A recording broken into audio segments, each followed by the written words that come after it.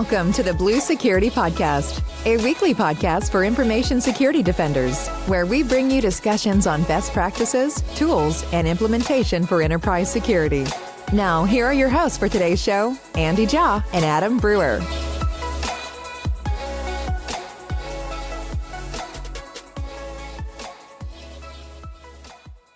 Welcome to another episode of the Blue Security Podcast. I'm Andy, your host. I'm Adam, your co-host. Verizon released its 17th annual data breach investigation report last week, and it was really interesting to read through. A lot of good tidbits, so we're going to talk about some of the findings and takeaways of the report in our episode today. The report covers breaches and incidents that were dating between November 1st of 2022 and October 31st of 2023. So this will give us a good idea of the trends over the last year, but certainly we haven't seen any of the stuff that is more recent. So I think next year we'll see some other interesting changes, but each year there's definitely a shift in tactics and trends of the attacks and how the data breaches are handled. There were 30,500 incidents that were looked at and a record 10,626 data breaches across 94 countries. So it's a pretty comprehensive view of the global landscape. And let's talk about some of the takeaways. So the very first one that I wanted to go over is vulnerability exploitation for initial access nearly tripled in 2023. Now, I do think because this particular report is focused on data breaches, which is a very narrow focus, the numbers are a little bit skewed because we did have a massive data breach last year in the MOVEit vulnerability. So if you remember, there was a popular software called MOVEit that had a vulnerability that then linked to a bunch of different companies and then resulted in data breach. So I think that definitely skewed some of the results here, but still, vulnerability exploitation is on the rise. And so the use of vulnerabilities as an initial breach entry point increased by 180% in 2023 compared to 2022. Exploitations of vulnerabilities such as the MOVEit 0-day led to third-party breaches of more than 1,000 organizations. And so that rose from less than 10% of the incidents to nearly 20% of all the incidents. Vulnerability exploitation of web applications, specifically representing about 20% of the data breaches, with VPN vector exploitations expected to take up an increasing share by 2025. Vulnerability exploitation made up roughly 90% of supply chain interconnected breaches, and supply chain breaches were up 15% this year, a 68% jump from last year. And this highlights the need for organizations to examine security track records of potential partners and software suppliers when deciding which vendors to work with. I don't think that's anything new. We've had supply chain breaches in the last few years, and this is something that a lot of organizations are taking a look at when they decide to do business with a particular supply chain. And we've seen some different solutions come around when it comes to like B2B and compliance and all of that. So this is definitely something to keep in mind when you're looking at potential partners. One of the things that I took away from this is that you definitely need to have a solid threat and vulnerability management program that includes rapid patch management.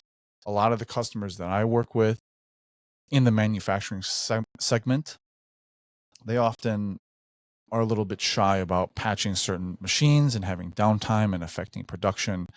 But this rise in vulnerability exploitation, oftentimes, as soon as something is discovered, the solution or the vendors or whatnot are putting up patches fairly quickly.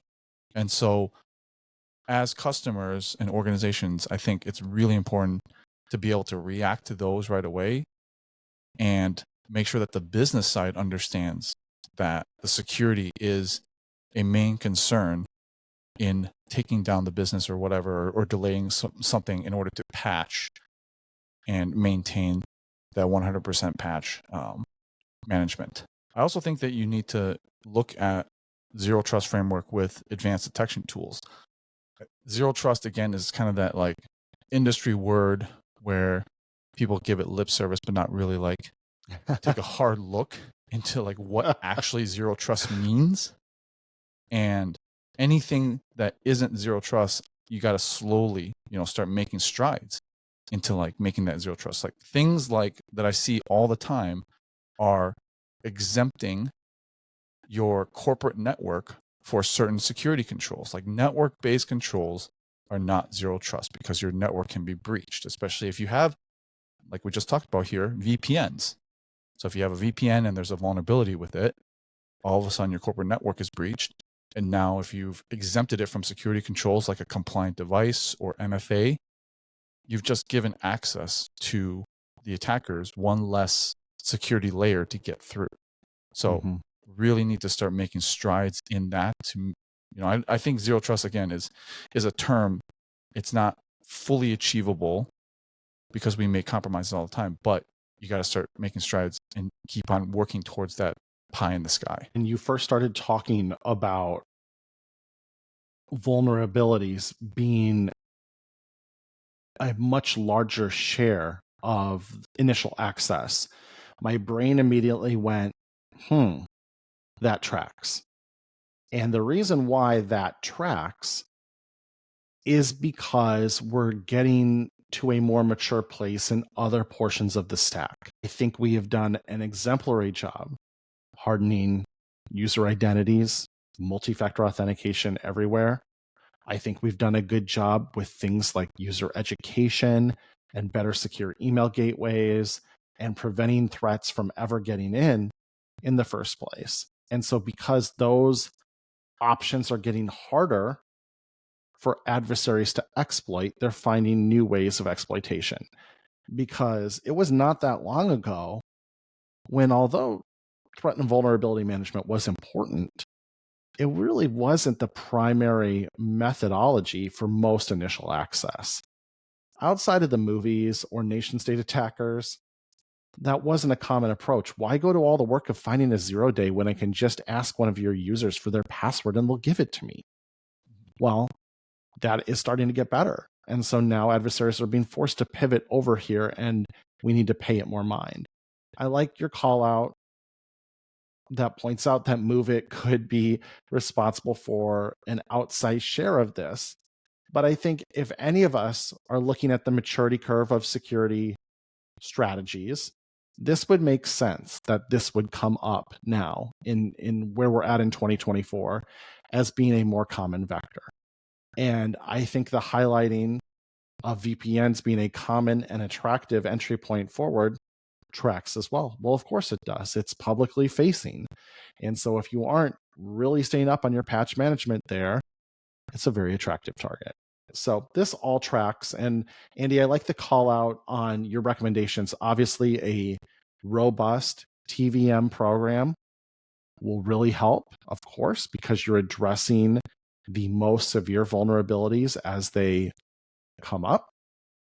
And I like your call out with Zero Trust Framework, because ultimately with Zero Trust, what we're building is defense in depth. We're building a layered approach to security.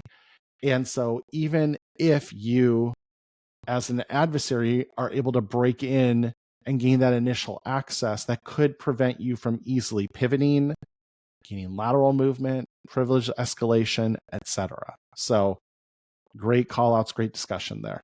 The next takeaway that I had in the report was human error is still the main factor in most breaches, as users click phishing emails within seconds, which it's like I actually did not read ahead in the show notes, listeners, I promise, but I almost hinted at this coming by talking about how why go to the challenge of finding a 0-day or a vulnerability when I can just ask users for their password and they'll give it to me. Yeah. And so we have some hard data from studying all of these data breaches, in that most breaches, 68%, whether they include a third party or not, involve a non-malicious human element, which refers to a person making an error or falling prey to a social engineering attack. This is about the same percentage as last year, so we haven't made really any strides in making this better, which is honestly shocking to me. Because that negates one of my points, because I was saying, hey, we're doing a better job with user education and preventing more of these. And if it hasn't meaningfully moved, that gives ammunition to the folks who say you can only do so much user education. Ultimately, someone's going to click on it. Yeah, and that to me is pretty eye-opening. And the other data point from the report that I thought was kind of shocking is the median time for users to click on a phishing simulation link was just 21 seconds, where the median time to submit sensitive data to a simulated phishing site was just 28 seconds. Okay, before you go on, a point we make on this show frequently is that requiring more frequent authentication is not actually improved security. It's an anti-pattern, because what actually happens is you train your users to respond positively to those requests without even thinking about them. Almost sort of Pavlovian conditioning, where you ring the bell and the dogs salivate. You ask your users for their credentials and they supply them. Those numbers Andy just quoted, 21 seconds to click the link, 28 seconds to provide the sensitive data. That proves this so strongly, that asking your users to do it all the time just trains them in that Pavlovian conditioning to just respond. Hey, I got prompted, fill it in. So the less you prompt them, the more you make this out of the normal, the more you make it unusual, the better chance your users have of not falling victim to this. And by Adam saying making this less of a pattern, is there are ways to configure your identity and your devices to single sign-on and have a method of MFA where they're not constantly being prompted for their username and their MFA token, so that it's just like a standard response where you see it pop up and then you hit it, right? Or you put in the number or whatever. Because like if you're a listener of the show and you know Adam and I both work for Microsoft, we have our devices configured in a certain way, we never get prompted for our credentials. And so when something happens and we get prompted for our credentials in our day-to-day business, that to us is a red flag. We never have to enter in our corporate password ever. Most people have forgotten it at this point. So the silver lining in this particular talking point is that the research did find that 20% of users reported the simulated phishing link without clicking the link, while 11% of those who did click the link still reported the email as phishing, which does represent an increase in phishing awareness compared to previous years. So while the number of people clicking the link did not really change, the number of people reporting it did increase. So there is a little bit of a silver lining there. Low numbers of reporting, though. Very 20% low. Without clicking, 11% after clicking. 11% after clicking, like you click it and you get this weird website that's poorly written and clearly not your company's site, and only 11% go, man, this looks weird. Like, that's so low. Yeah. Oh, this is shocking, man. So at the same time, human error beyond phishing led to a 75% increase in breaches caused by internal actors, which made up 35% of the breaches in 2023. In most of the cases, 73%, the internal threat was due to malicious errors, which include miscellaneous errors. Oh, sorry. Miscellaneous errors. Very different connotation. Right. Miscellaneous errors. Miscellaneous errors, which includes misdelivery of data, lost or misplacement of data, misconfiguration, and other mistakes leading to data compromise. So not malicious, just things that happened that maybe you were airheaded and just did it wrong. Misdelivery, here's the thing. Misdelivery was the most common type of miscellaneous error breach, making up 50% of this type of breach. So it's like I accidentally email the wrong person with an attachment or link and inadvertently give out sensitive data that way. Mm-hmm. So that to me was, again, eye-opening. And so looking at this, I just wrote down some recommendations, right? Obviously, education and phishing simulation tools are still very much needed because we still haven't really made a ton of strides in that area. Like people are still clicking stuff, but also people are always going to click stuff, right? So we already talked about having ways where you're not putting in your username and password all the time, configurations that way, but also data protection, right? Because misdelivery is the most common, you do want to have some sort of data loss protection in place. So defining your sensitive data, having maybe prompts where it detects the sensitive data and say, oh, I see this data is being attached, or you're talking about this. Would you like to classify this email, this document with this sensitivity label, because we see that you're talking about sensitive data, right? Or automatically doing it, or preventing them from sending it. There's a bunch of ways that you can configure it, but I think data protection is huge, and having it automated where the user can either be prompted and recommended something or just automatically labeled, that's going to be pretty important. And then using some of these new AI tools that are out to look at data protection and information protection, both ends. So I think those are going to be some things that you want to look at as an organization. I brought this up when we were talking about it earlier, but there is a class of people who think we have reached peak user education. Like, we're not going to make meaningful strides in user education moving forward. Not to say we shouldn't do it, because it does help prevent some types, but user education alone is not going to get us to where we want to be. Ultimately, what we need to do are adopt phish-resistant methodologies entirely. And passkeys are coming. And I think passkeys really are, for the first time, that light at the end of the tunnel, where we can truly see a truly secure passwordless future. I think for everyone, that's accessible and that almost everyone can avail themselves on. And I've been doing more and more with passkeys, and they're honestly a revelation when they work correctly. And it's not passkeys that are the problem, it's the implementation that's the problem, to be clear. And so we're starting to see this come to enterprise use cases. Today, Entra ID, Andy and I both work for Microsoft. It's our employer, has rolled out passkey support for device-bound passkeys with the Microsoft Authenticator app. That's actually a more hardcore, more secure use case. I think where we'll see more benefit is when you can do syncable passkeys, and you sync them with your Google account or with your iCloud account. And I know some organizations are going to cry and scream bloody murder and say they don't want to do that, but I think they need to do a really hard evaluation on the risks versus the rewards. Because I think ultimately the benefit of having all your users use a phish-resistant credential all of the time is going to pay dividends. And having that just something you carry with you wherever you go is really powerful. So we'll see. That's still to be determined, but I think ultimately we have reached a point when we're not going to get meaningful improvements without further technology really solving it. And I think passkeys are it, but that's also going to be a bumpy road to get to full implementation, and we'll see laggards and all that as well. But it's exciting. And then data protection, absolutely. Andy, that's what jumped to my mind immediately as well was, well, if I'm having data that I don't want to go to this place, if it's already classified, labeled, and protected, then even if I do user error, it protects me against myself. Microsoft just recently, as part of our Secure Future initiative, is now automatically labeling data that's stored in OneDrive for Business. So I'd put a document in there, and it must have had something in it that triggered the auto labeling, because it automatically got labeled as Microsoft Confidential. And I went to send this to a customer, and when I sent it to them, they couldn't open it, which is the technology working as it should.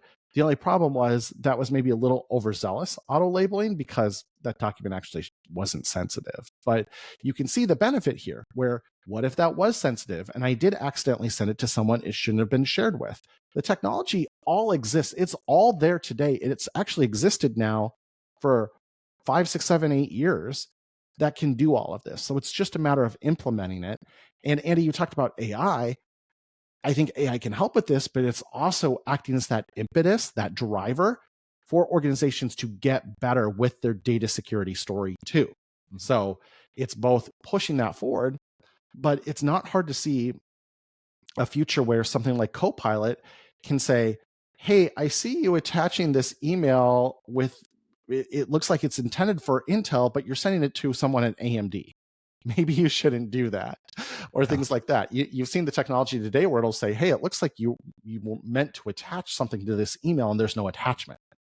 What if we took that one step further and just looked at the context of it and said, I don't think you're sharing this with the right people. That is not hard to imagine. That doesn't seem like a quantum leap beyond where we're at today. And so there's also, I think, technical help on the way to solve for some of these risks too. It's just going to take time because human error ultimately, we just need to design machines that help resist human error because human error is always going to be a thing. How can we prevent human error in the first place is really where we need to go. The answer isn't always let's train humans to be better because, as we've talked about on this show, Andy, things like machine in the middle attacks can be so tricky to determine, even if you're a technologist, because with things like invisible proxies, where I'm proxying the actual company sign-in page you go to, like, how am I ever going to train a user to figure that out? Oh, well, I want you to look at the address bar. Well, the address bar has been kind of minimized in modern browser UI design anyways. It's just... the bad guys are smart. They're going to keep moving forward as we educate users as well. So we ultimately need software solutions that kind of solve for some of these risks. Yeah, absolutely. So the next takeaway is pure extortion attacks are increasing, signaling a decrease on reliance of encryption ransomware. So ransomware attacks are still the top threat across 92% of the industries and made up nearly a quarter, 23% of all the data breaches in 2023. It was a slight decrease from last year due to an increased proportion of pure extortion attacks in which the attacker steals the data without encrypting it and then threatens to leak it if the ransom is not paid. And so I think this just signals a shift in tactics, right? Because cyber criminals are going to do the thing to try to get paid as quickly and as painlessly as possible. And maybe they're just resorting to extortion attacks because it might feel easier for the company because they won't have to suffer any type of, incident response and have to decrypt their keys. You're not like threatening them that way. It's just threatening to leak data. And so I think this one is just kind of keep that in their back pocket where you're just knowing that, ransomware is still out there and that's still happening. And there's the double threat where you get the key and you decrypt it, yet they still threaten to extort you and release the data. So there's that double encryption threat that we've seen on the rise. And then there's these pure extortion where they're just stealing the data and then asking you to pay for it. So, just another data point to kind of keep in your head. It's a numbers game. Extortion is probably easier and faster and quicker. And also, I believe most organizations have less controls against it. I think we have responded relatively well to ransomware. Obviously, the numbers aren't really decreasing that much. But since we are seeing a pivot in attacker strategy, I think that does indicate ransomware is being a little less successful. I think modern endpoint protection platforms do a pretty good job of saying, hey, this is weird. I've never seen this before. It wants to do some weird stuff. I'm going to just block it and not let it do that. And I think compared to where we were, again, 5, 6, 7 years ago, light years ahead in terms of the strength of endpoint protection platforms. So ultimately, extortion, something we're not as good at. Organizations, I can say overwhelmingly, do not have their data classified, labeled, and protected. They don't do a good job with their data security story today. And so exfiltrating data is pretty straightforward, comparatively speaking, to running an encryption process on thousands of devices. And if I can extort you all the same, or I can do it across more organizations, even if I have a lower likelihood of getting paid, I'm like the Walmart model. I'm trying to make money on volume instead of margin, essentially. It still works. You can still make a lot of money that way. And maybe that's what this is alluding to. Yeah, good call out on some of the tools that may be stopping ransomware. And so this is probably just path of least resistance. Right. I think as attackers pivot, you always have to be thinking about why are they pivoting? And I think a lot of times it's because it's business isn't as good doing it the other way anymore. There's more. You said it, Andy. Use the phrase path of least resistance. That's what attackers are looking for. It's how can I do the least work and make the most money? But I think the general theme here, and I saw this probably, starting last year, is data protection. Mm-hmm. You need to have a really good data security story and project going at your company if you don't already. We at Microsoft have kind of rebranded that. You and I are both using the phrase data security, which used to be called most of the time information protection, which kind of dovetailed with data loss prevention and insider risk management. And data security is all of those things combined. It's more holistic, but also we used a phrase a lot at Microsoft. We said, this is all compliance. This is all compliance stuff. And while sure, the compliance folks have a play there, InfoSec still has a major piece of it as well. And so I think data security is a more apt descriptor, but also recognizes how it's evolved. It's not just a legal driven or compliance driven process today. Classifying, labeling, and protecting your data helps protect your data. I mean, that's what it does. It prevents it from getting into the wrong hands or being used in the wrong ways. And every organization, I think, is taking a hard look at this now because they want to manage Gen AI with this, which I think ties us into our next point. Yeah. Yeah. So the final point I wanted to talk about was that generative AI yet to make a significant mark in the cybersecurity landscape as of this report, which again was through October of 2023. And so while generative AI has been a hot topic between both cyber defenders and threat actors over the last year, the authors of the report, Verizon, said that its use by threat actors has so far been mostly theoretical and experimental. And this was supported by Microsoft's recent report on the use of Gen AI by state-sponsored threat actors, which mostly involved exploring and testing the capabilities of large language models like ChatGPT. But I do think that that will change in next year's report and the following subsequent reports after that, because they're still testing it. They're going to find ways to make it better and eventually use it to their advantage. And so knowing that that is coming, I think it is only prudent for companies to look at tools that involve generative AI for defensive purposes. And there are a lot of tools out there. Obviously, Adam and I both work for Microsoft. And so one of the things that we are very proud of is Copilot for Security.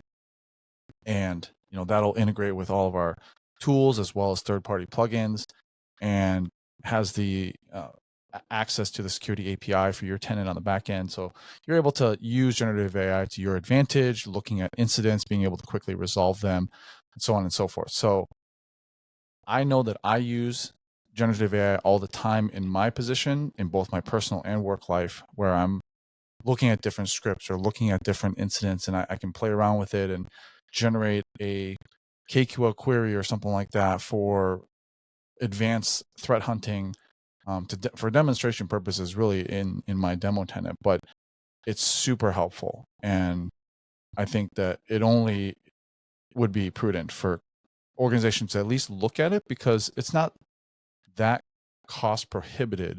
We had talked about the cost of certain AI technologies, and at least for Microsoft, I don't think it's that bad of a cost. So if you look at how much time you could save, how much a FTE would be to fully understand it, how much, you know, it would speed up their job, to me, it's almost a no-brainer. But obviously, each organization needs to evaluate the benefits for themselves. This tracks as well with kind of what I expected in terms of a lot of conversation around generative AI, not a lot of impact yet. And I agree with you. This will almost certainly be a larger part of next year's conversation, for sure. And one of the things we talk about a lot is the asymmetrical nature of cyber defense, in that I, as a defender, have to be right every single time. But if I'm an attacker, I have to be right once to break in. And anything threat actors are using, we should probably be using in defense. It's already asymmetrical. Let's give ourselves every advantage we can. The fact is, they are going to use this technology. We should make sure we're well versed in how we can use it for defense, which is obviously a different strategy, but still important. The other thing is thinking beyond just like large language models, some of these other AI type models that have come out recently around voice cloning, as an example.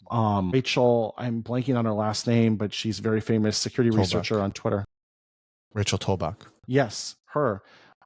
She went on 60 Minutes and gave a video example of how she had cloned someone's voice and used it to convince one of her coworkers to provide that person's passport number. And they were completely fooled. I think that almost might be the greater risk here, especially as we talk through the human factor being so critical in so many of these data breaches. If I can have a convincing voice clone of, hey, this is the CEO, you call their executive admin. Executive admins run companies, by the way, in case you didn't know. They're the ones who actually do everything and have access to everything. They have every password, every account number, everything for executives. You could call them up and be like, hey, Julie, I need you to do this thing. And if it sounds like the CEO, they will absolutely go do it. And say, hey, Jim called me and said this needs to get done, as an example. So it's I see that as maybe the greatest risk based on everything we've heard to this point, has been combining that continued risk of human element with some of these really advanced AI models for voice generation in particular. I think huge risk moving forward. So we'll continue to keep our eye on it, but that to me is maybe the scariest AI thing of all, would be that.